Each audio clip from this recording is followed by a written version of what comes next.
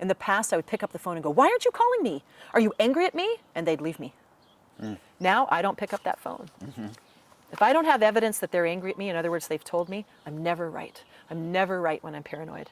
It took me, I was diagnosed in when was I? I should remember when I was diagnosed. When I was 35 years old, I was diagnosed, and it took me at least 6 years to really, really deal with paranoid thoughts.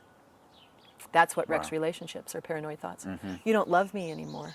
Why are you doing this to me? And the family member will go, I don't know what you're talking about. Yes, you do. Yes, you do. So That's got to be strange on both sides. Horrible. Well, no, because actually when you're paranoid or you have a delusion, you don't know.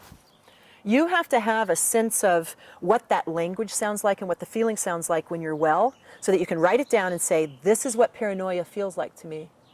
Someone's looking at me, someone's following me over my shoulder. The minute I have that feeling, I go into treatment mode. Julie, there's no one behind you. There's no one behind you. And it's always a heavy weight on my right shoulder. Always my right. And I'm like, there's no one behind you, Julie. There's no one behind you. You don't have to leave the store. And then I go in from there. But it must be strange. I mean, not so much that you know that you're having some paranoid thoughts, but that you are accusing somebody and the other person has no idea what you're talking about. So it's obviously strange for them. They're like, what's going on here? They're gone. Right. Imagine if it's your partner. Yeah. And it comes out of the blue. When my ex was in the hospital, he looked at me and he goes, I don't love you anymore. I want a divorce. This is the nicest, sweetest man that ever walked the earth. I know you're having an affair with your ex. I had not seen my ex in about 6 years. I knew nothing about bipolar disorder. And I looked at him and I said, Ivan, what are you talking about? I haven't talked to him. Yes, you have. That's what it's like to talk with a psychotic person.